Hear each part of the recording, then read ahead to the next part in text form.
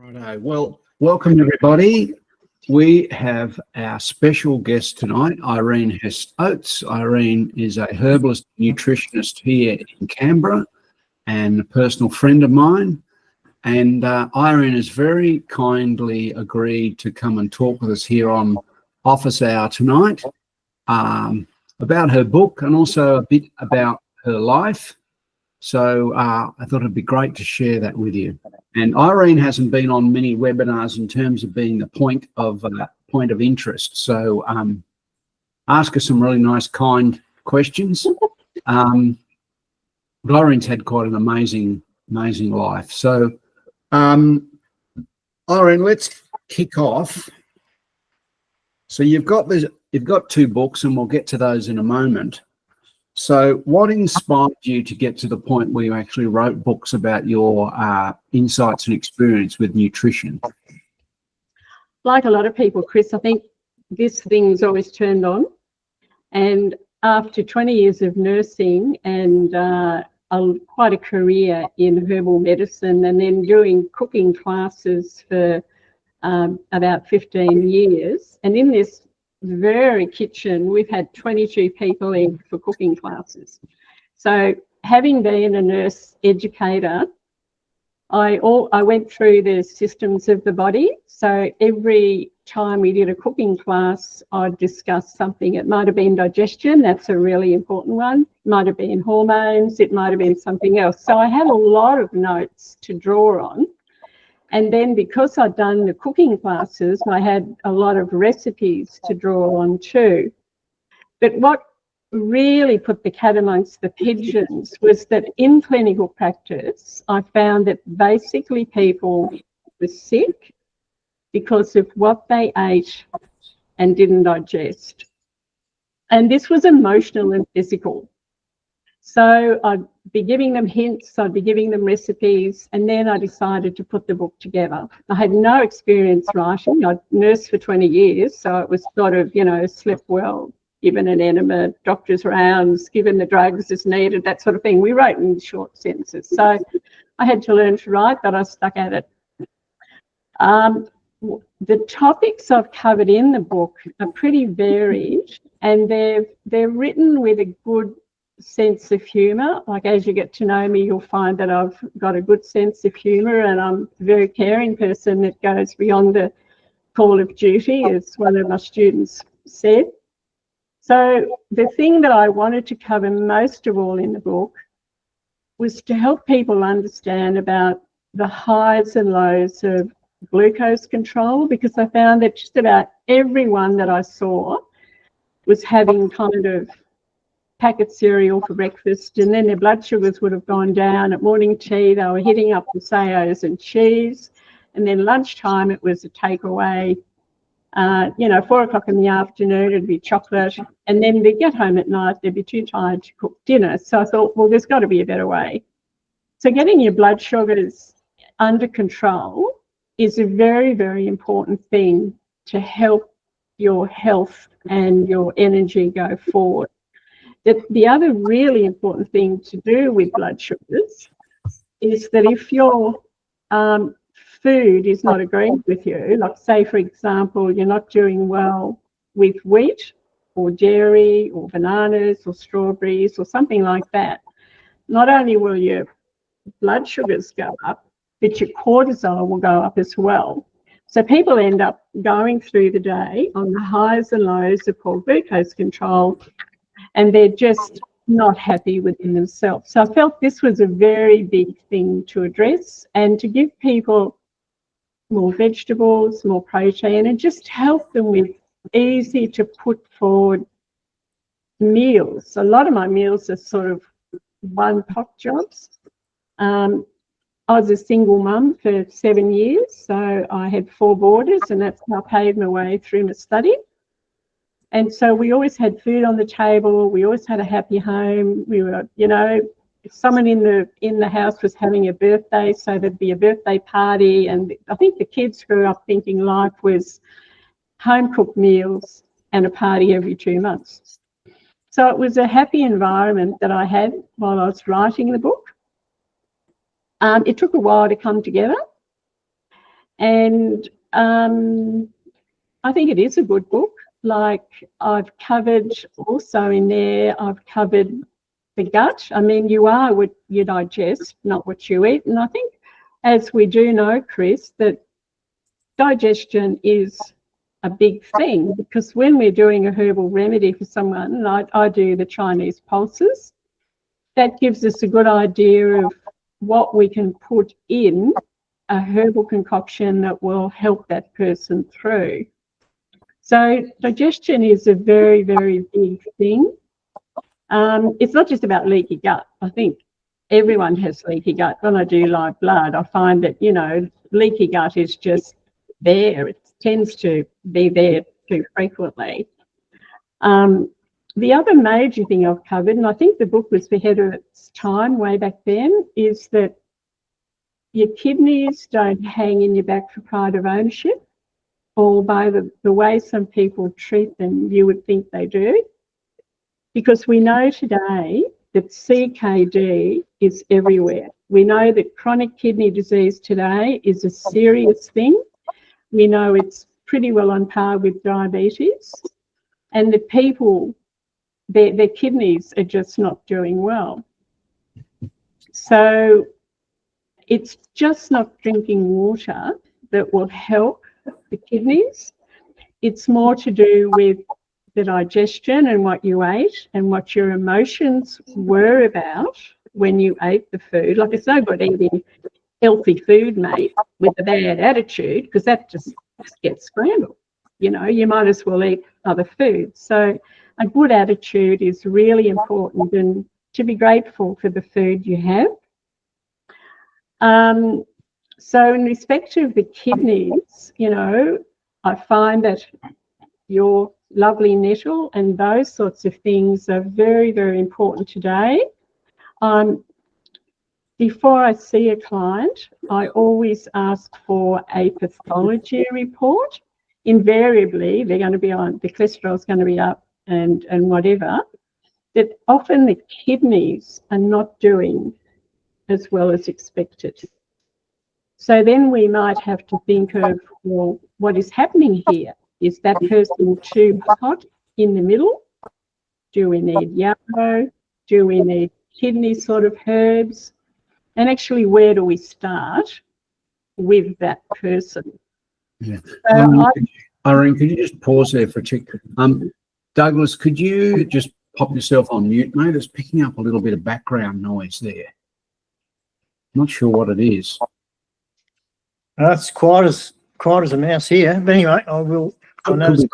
Yeah. Thanks, buddy. So I've rambled on a bit. I've covered blood sugars. I've covered kidneys. I've covered digestion. You are what you digest, not what you eat. I've covered emotions. And I think that they are important areas to look at. And I've looked at that in the book really, really well.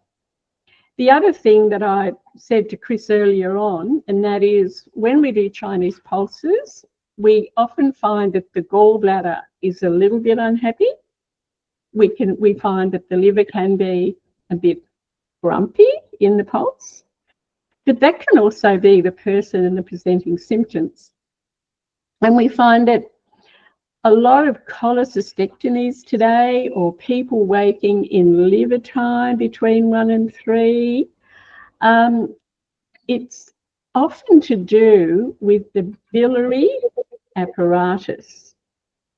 Now, the biliary apparatus is the bile tubes, and if the gallbladder is making the bile, and the bile is of good quality, it's going to float down the gallbladder tubes when required, and it's going to help the liver clean up through the Krebs cycle at night. So I often find that people have had a cholecystectomy not because the gallbladder was the real culprit.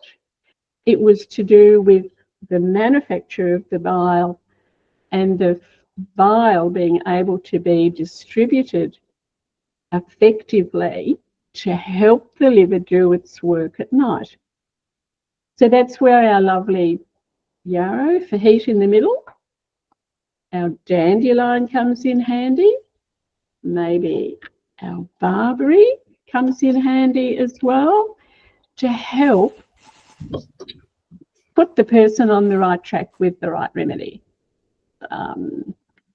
Yeah. So has that been sort of something new, or did you know all that before? You probably knew it all before, did you? No, I think it might be new for Douglas. There's a shake of the head there. Yeah. But yeah, you can unmute yourself, Douglas. Yeah. So I wouldn't just let, you know, the gallbladder be taken out or whatever unless there's very good reason. Of course, you know, look, I'm rabbiting on here, but of course, if there's a stone in the common bile duct that's affecting the pancreatic lipase and the liver, the liver juice going down, well, you don't want a stone in the wrong place. But I have seen clients who have had their gallbladder out, and how we got onto this, I don't know, because of bile dyskinesia. That is, there was tightness in the biliary apparatus and the bile wasn't flowing. And of course, that doesn't help your attitude either. So probably fairly new, deep and meaningful stuff. And then, you know, you'll often find people having all their good oils and having their chia seeds and they're having their olive oil and they're having their sunflower oil and they're doing all this, that they're still not absorbing the oils for their skin and their brain, and the bowel motions might be a little bit too oily as well.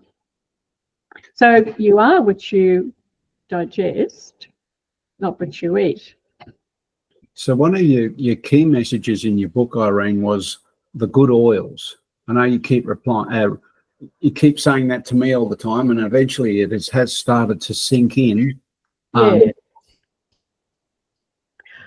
One, like I learned this when I was training for the Olympics, but you know, when you cook vegetables, the last thing you want to do is throw the water away because that's where all the nutrition is. So I learned early in the days and with one-pot meals and with being a single mum to keep the water in the vegetables and add a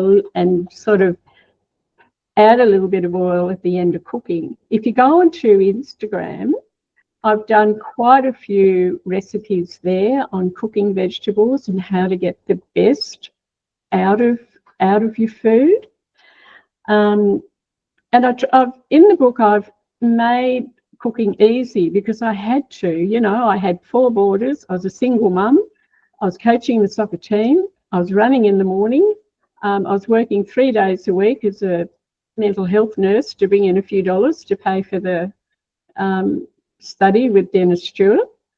So I had to be efficient and I wanted the food to taste good. So I learned a long time ago that adding a few herbs or some garlic or some olive oil at the end of cooking can do wonders for the taste of food.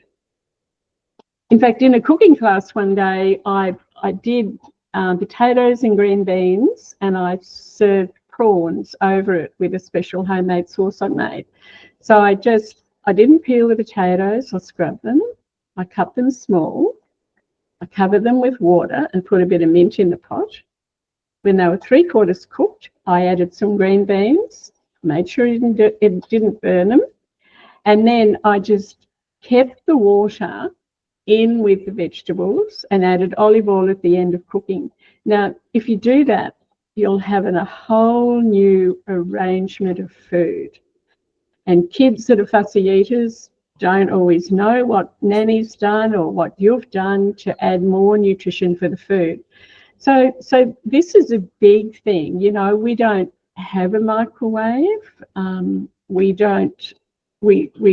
just keep the water in the casserole or the vegetables and we add to the flavour that way. And that's a wonderful way to get better nutrition. Because when you go to like a hotel or something like that to eat, you'll find they've peeled the potatoes, they've got them soaking in water, and then I don't think there's much left in them.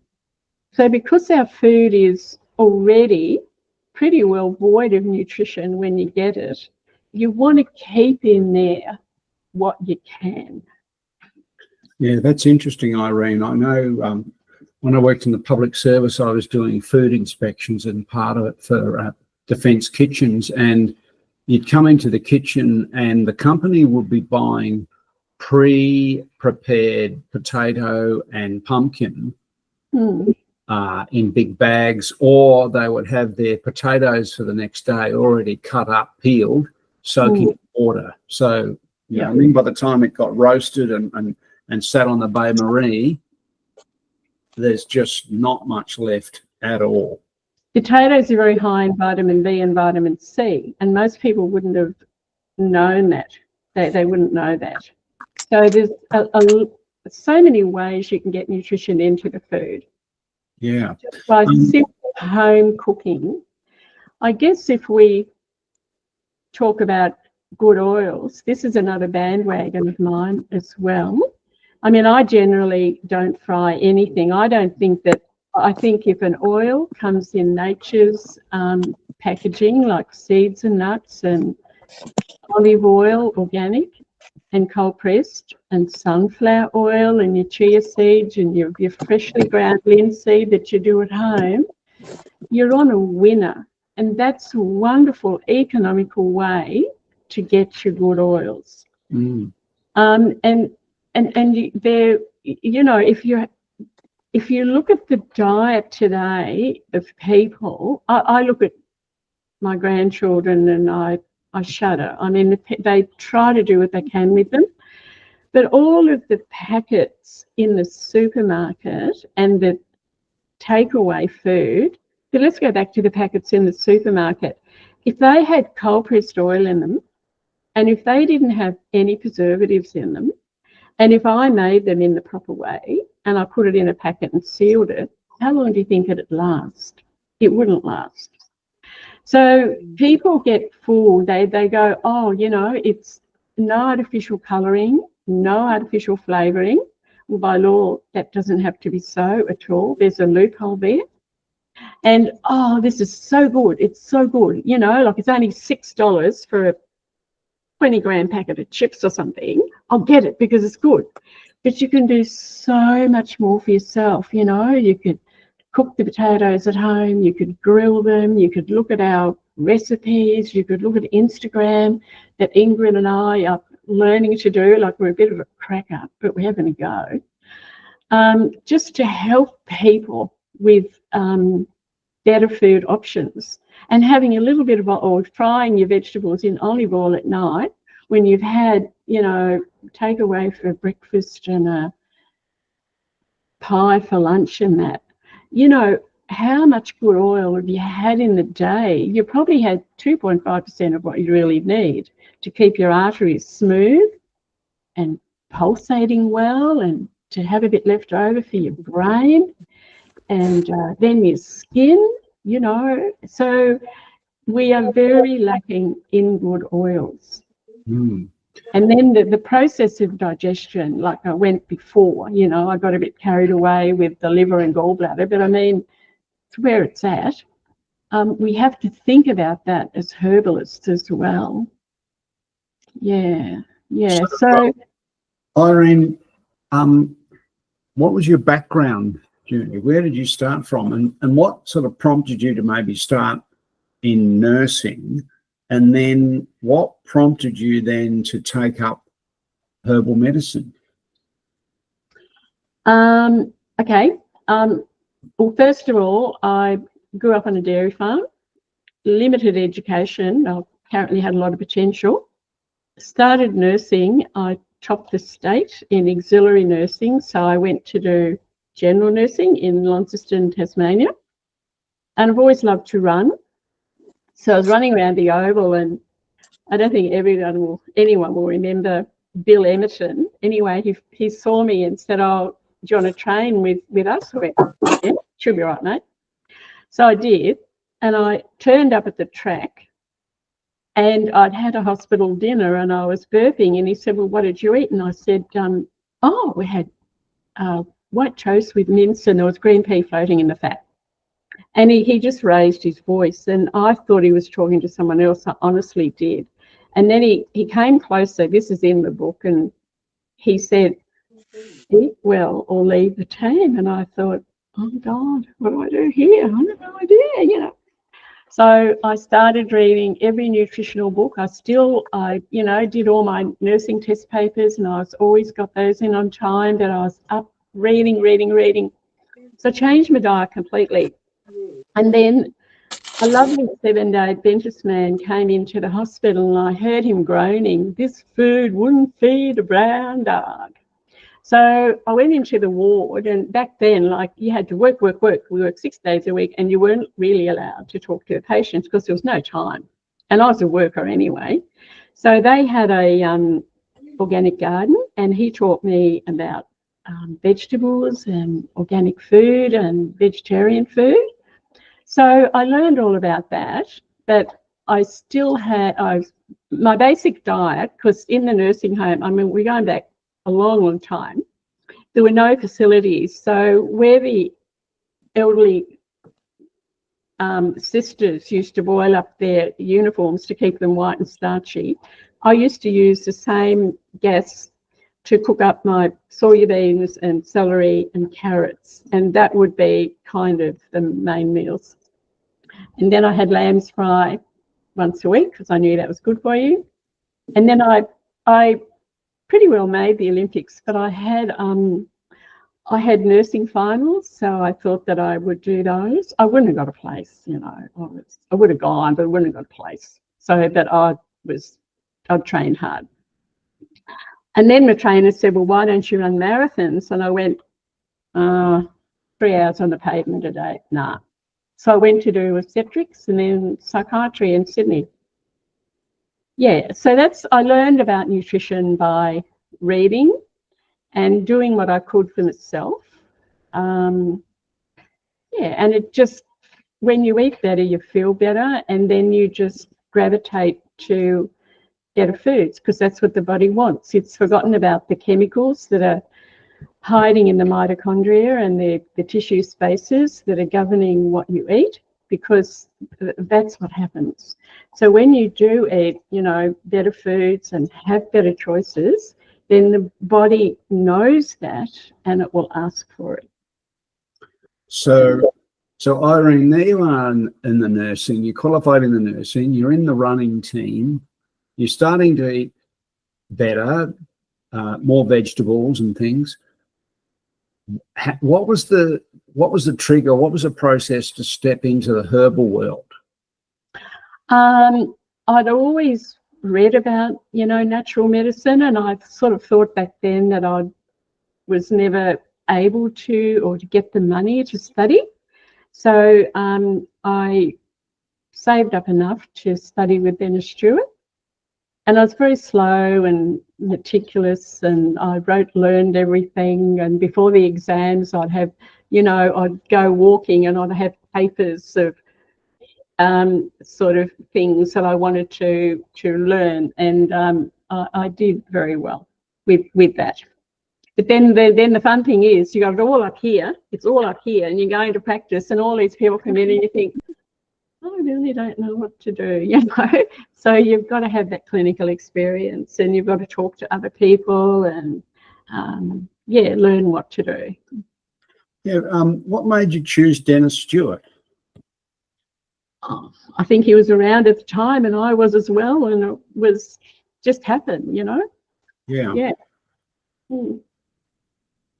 So was his a 3-year course, Irene, or? It was three. And because I had the 4 boarders, I had enough money to pay for all the tuition. That's great. So what are you up to at the moment? I know you've got your books. Actually, we should get to the books a bit more, but tell us what you're up to at the moment. Well, Ingrid and I tried to save the world with Instagram. We're having a crack at it. And I'm loving the clinic. My work is my hobby. I never go to work. I love what I do. We've got the 3 toy poodles that I walk twice a day and groom, my children, my babies. Love to cook. love to share food with people and write new recipes. That Instagram is something we want to move ahead with. Mm-hmm.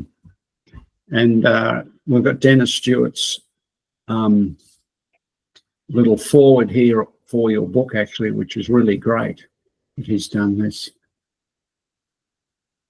Yeah. I spoke to him recently and he said, "Oh, I remember you." I thought, my God, wow, thank you. Yeah. So these were your key messages: the good oils in the kitchens and the diet. Pumpkin seeds are a real winner. They're 18% protein. They're just an absolute winner. Talking about pumpkin seeds, what I learned when I was helping the cyclists who were doing competitive cycling, that pumpkin seed oil, men who have pumpkin seed oil regularly, the story goes, never have prostate issues. Yes, so pumpkin seed oil is a very important oil for the gentleman, and I do use a lot of pumpkin seeds in our cooking. I make a protein slice with 3 cups of pumpkin seeds in it, and gluten-free, and some goji berries, and it's absolutely delicious. I put a bit of homemade chocolate on top. Yeah, so don't overlook your pumpkin seeds. And here's another thing too that people can do. Sometimes in clinic, to help people with good oils, I say, well, look, to get the fibre and to get your oils, what you can do is take your pumpkin seeds, you can take your sunflower seeds, you can take your linseed, and you can pumpkin seed, and you can grind them half a cup at a time in the blender, but on low. And then you can freeze them in a cylindrical container. And if you have a tablespoon of that on your breakfast today, because they're being kept in the freezer, they won't oxidize, and you'll get a lot of fibre and you'll get a lot of good oils. The flaxseed, I think you know, is you get 1/3 of the oil from the flaxseed and 2/3 fibre, but it's the fibre in the flaxseed that is suggestive of the better anti-cancer helping thing.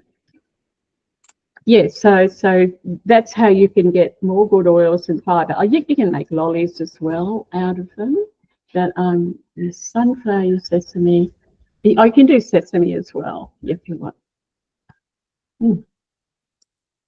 Wow. If people taking notes, like I'm happy to help with anything I can help with. I just love talking about food. And a video of that one. We'll open up to questions in a tick. So here's your 2 books you get with his Irene's offer to everyone. So you got the 2 books, A Wake Up Call, which is, that's more like you're explaining the nutritional concepts, Irene. Is that right? yeah, in the first book I wrote, I've covered the seeds and nuts and the nutrition in them and the minerals and the vitamins and digestion and cholesterol and happiness and all of that sort of stuff. And in the second one, I've done the recipe section.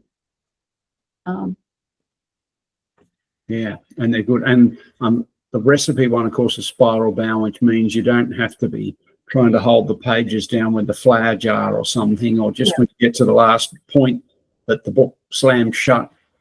Yeah, so they're very good, very good. Yeah, and the book is written with a really good sense of humour as well. And I love working with kids. I love working with teenagers. I've got lovely teenage clients. Yeah. So here's the details if you want to purchase Irene's books. What I'll do is I'll put that in the Facebook site as well. So you've got electronic funds deposit, and then you send a confirmatory email to victor@nutritionandyou.com.au. Victor is Irene's partner, her husband. If there's anything, I'm sorry, Chris. No, you're right. Keep going. If there's anything else I can help with that I can help with in regards to this or what we've talked about, I'm delighted to. Yeah. So Has anyone got any questions for Irene?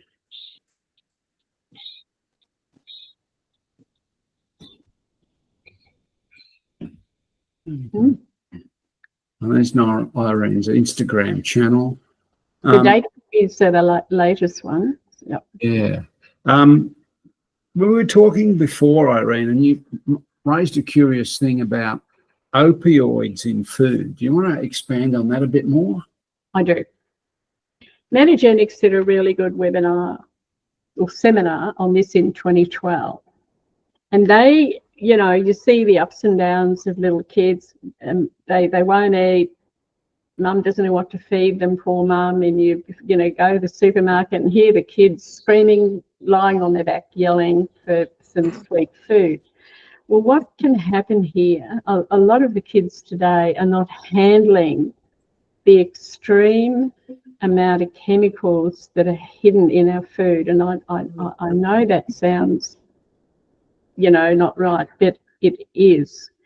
And the kids become addicted to the chemical flavouring agents in the food or the food itself. Might be wheat, might be dairy, might be strawberries, might be bananas, might be soy. So what happens, as described, is when they have that addiction, or they have that not allergy to food, but what do you call it again? Not the allergy. We're all yeah. But when they're not tolerating the food consumed, either the food itself or the chemical agent in it, their body gets a thrill from what they've just eaten. So that could be wheat, it could be dairy, it could be the chemical, it could be the yellow colouring, it could be the red colouring. And so they go really high. And then what happens is they go really low again. So we've got the highs and lows of poor glucose control happening at an early age. And a lot of parents, they don't understand what is going on with their children, sadly. And here's another truth. Little kids that go through this and don't actually get the nutrition they require to help them level out from a good herbalist, homeopath, or changing the diet, and the supportive remedies to nourish the organs required as those kids get into teenagehood. This is sadly where those ups and downs and little opioid receptors get maybe alcohol first, leading on to drugs. And that's what can happen. That's what can happen. And that's why, you know, with the children of today, if we can help them as much as possible, just into better food choices, and just keep them level as much as we can, because they're growing, and they've got to have some, I guess, different food. But yeah, I just had, when my kids were young, one of the mothers rang up and said, "Oh, we're having a party. Can the kids come? I went, "Well, yes, they can. Thank you. But do you mind if I ask what the menu is?" And she said, "Oh, we're having, you know, sausage rolls and cordial and chips and lollies and things like that." And I went, "Look, I'm sorry, but they won't be coming." Because the last time they went to a party, I'll tell you true, I was up half the night with them vomiting of red cordial. Now, admittedly, they weren't used to it. That's one thing. But I was instigative back then to encouraging mums, when kids had a birthday party, to put more nutritious food on the table that had good flavour in it, and just not head for junk.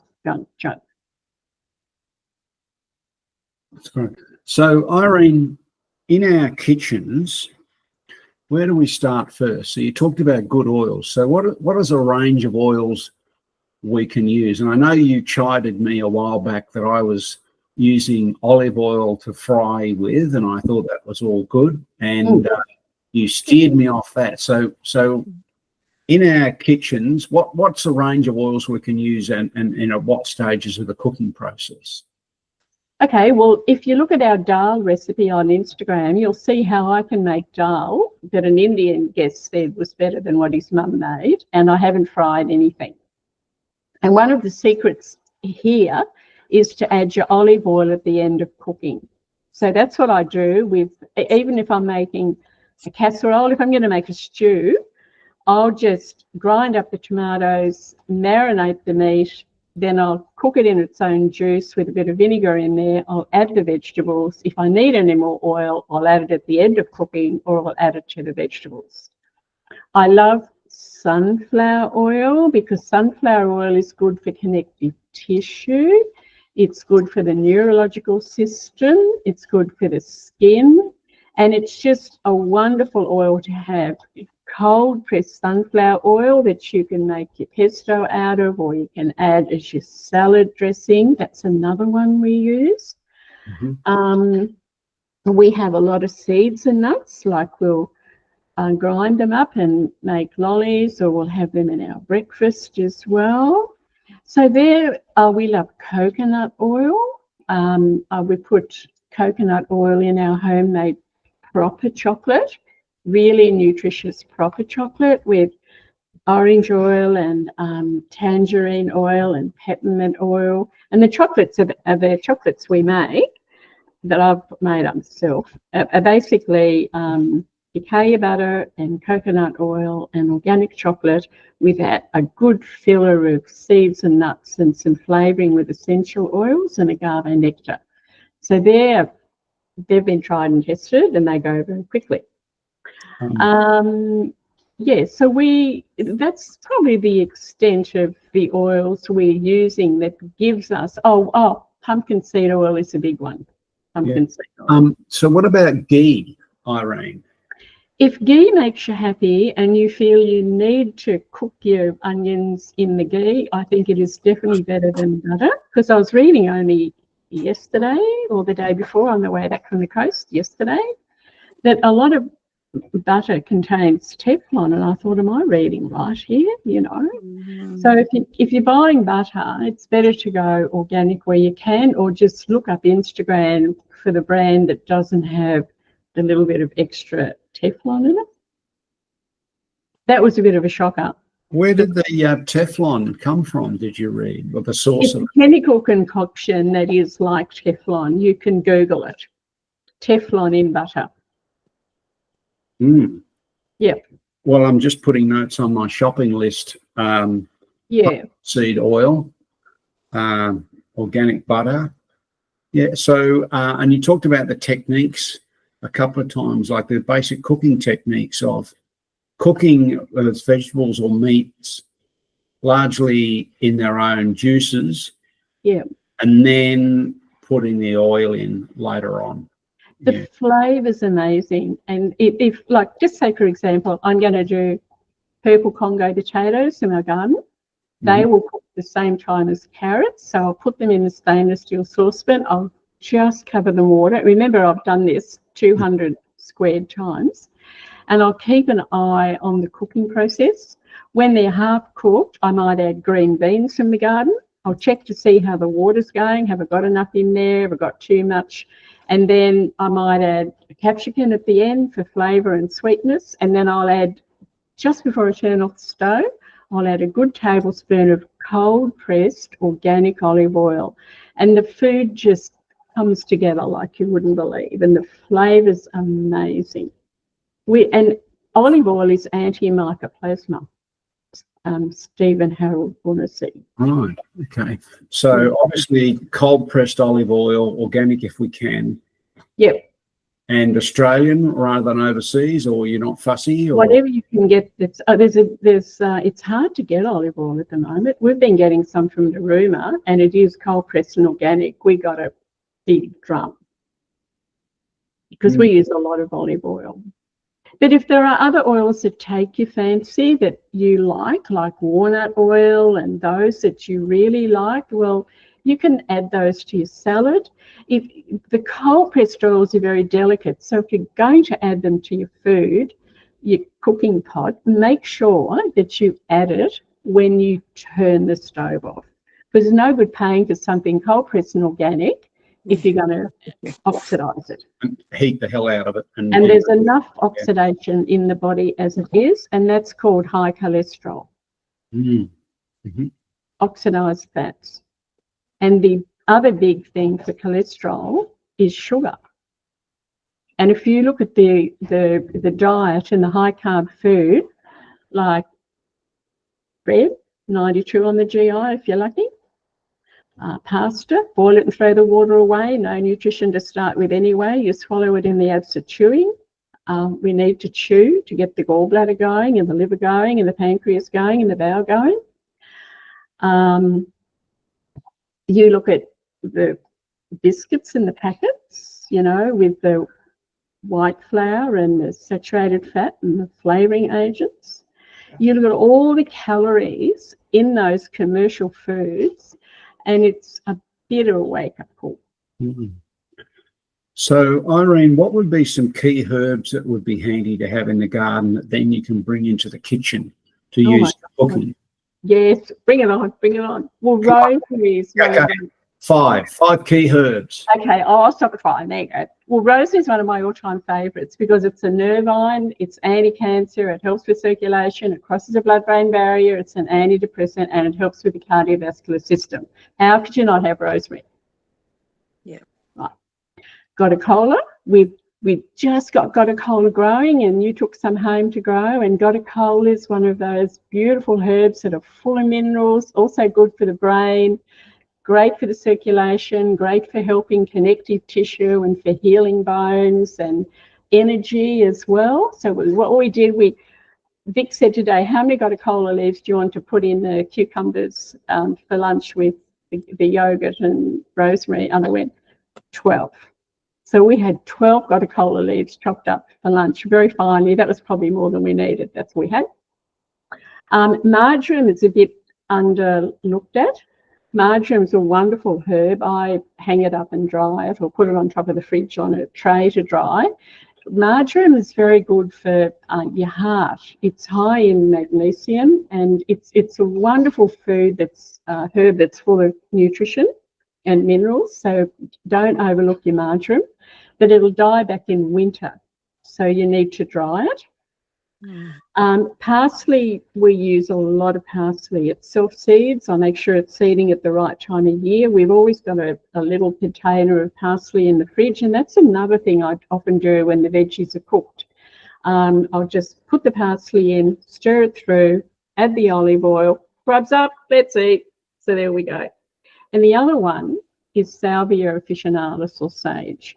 And sage goes in the teapot every morning with some ginger and some tea. And after our lemon juice and a bit of yoga, that's the hit for the day. Salvia officinalis, sage, is wonderful. It's very good for clarity. It's very good for bones. It's wonderful for hormones, for ladies. It's just a lovely herb to have. We got heaps dried if you live close and you want some, or we've got lots of sage. That's great. They're the 5. Have you ever used Herb Robert, Irene, or that's not Which one, my darling? Herb Robert, I think. I'll be glad to give it a go and read about it. Yeah. It's a big write-up in, who's that lady from Isabel Shepard's book? She gives gotacola a big write-up, and also Herb Robert. So yeah. Part of SEAC too. Sorry, Evelyn? SEAC one of the ones that was part of SEAC too. Right. And we're getting some yarrow soon. Yeah, I've got some yarrow growing for you, so I'll drop it off. So I'm in town Thursday. What's on the menu for lunch? I'll work it out directly. Look, there's one more. I have very cheeky. No, you're welcome. There's one more, and that is when probably 15, 18 years ago, I went to a National Herbalist of Australia seminar, and they were going to show us how to make herb vinegar. This is true story to the letter. And one of the ladies turned up with a calendula flower that was wilted, and the teacher, who was very therapeutic, put it in the blender with some apple cider vinegar and whizzed it up and said, that's how you make herb vinegar. I went, come on, mate, got to be kidding. So I went to Bunnings and I bought some calendulas that spread, and we picked the calendula petals, and you can't not know about calendulas in this day and age. And then I thought, okay, I'll make pesto, and it's gold. It's absolutely gold. So when I have friends visit for dinner that might even be here now, they go, Irene, the calendula pesto is the Emmy, and that goes on the hot vegetables. And we know the calendula is great for lymph. We know that it's great for post-viral fatigue. We know that it's just a wonderful herb to help the gut, help the immune system. So we make calendula pesto. So that was 5 + 1. That's pretty good. I've had the calendula pesto. Very nice. So if you got those calendulas, my darlings, what you got to do is let them grow. The orange ones are better. Pick the flowers. Ingrid and I have done a recipe. We've done that on Instagram. And Irene's Instagram channel's there, Nutrition and You, so you can follow her on there. So we've got about 7 minutes to go. Any questions from people? Any cooking, nutrition things? We've got the expert right here, Irene. I have a question. The second, those herbs that you listed, the second one is E. coli something. Gotcha cola. Cola, my darling. Got a cola. Yep. How do you spell that? Got a cola. G-O-T-U? G-O-T-A-K-O-L-U. No, you're right. G-O-T-U-K-O-L-A. Got you? Yep. Cola. What's the scientific name? It's Centrella asiatica. Centrella asiatica, yeah. There's a few different sorts too. I've ended up with 2 sorts in the polytunnel. So I was trying to identify them the other day, and I know one's Centrella asiatica that I got from Irene, and the other one is a bit of a mystery. And is it pepper? I think it's cordifolia or something. Very vigorous. And probably just as good, but I think I found a paper on it, and they're slightly different nutritionally, but or slightly different chemically, but would still be pretty good. Yeah, that's a plant, Douglas, would grow well where you are. Yeah. So you have it in pots or a garden bed, and it loves to stay wet. Loves to what? It likes moisture. It likes to be kept moist, grows in shade. It'll die off under winter. That's when I give it compost to put some straw over it, and then it'll all come back. And you can swap your wheat flour over with buckwheat flour. You can do anything that says wheat flour. You can use buckwheat flour. Yeah, that's good. Yeah, got a collar is a good one to have around. So Douglas is down near the coast. I think you could probably get that growing year round, Douglas. Pretty well. I know I'm only about 60 kilometres from the coast, but I'm 700 metres altitude, so I'm in. Right. Okay. I'm still in the tablelands, southern tablelands. So cold, frosty winters. Hot can be. There's a video on Instagram on it. I was out there digging up potatoes. And I just did a bit of a crack up one, but there's got a cola on our Instagram thing. Yeah. If you bring your put it in pots and bring them inside in winter, will give the plant a bit of a chance. Yep. Yeah. Well, where I am in Melbourne, I found mine's outside all the time. I'm a little bit careful in super hot. It's semi-shade, and then I'll pull it over under the eaves in winter, and I seem to be okay. And I've got it in just the long planters, the ones you can buy that have got the dish underneath. Oh yeah, so dry out. And I've got 4 or 5 of those on the go at any one time, and then I can make my own tinctures if needed. But I'll sometimes get a bit distracted early in the morning when I think, I must get out and water, and I'll be out there and I'll be picking a bit of gotcha cola, a bit of something else, nibbling a bit of chicory, starting on something Right. else. And Yeah. What a way to go.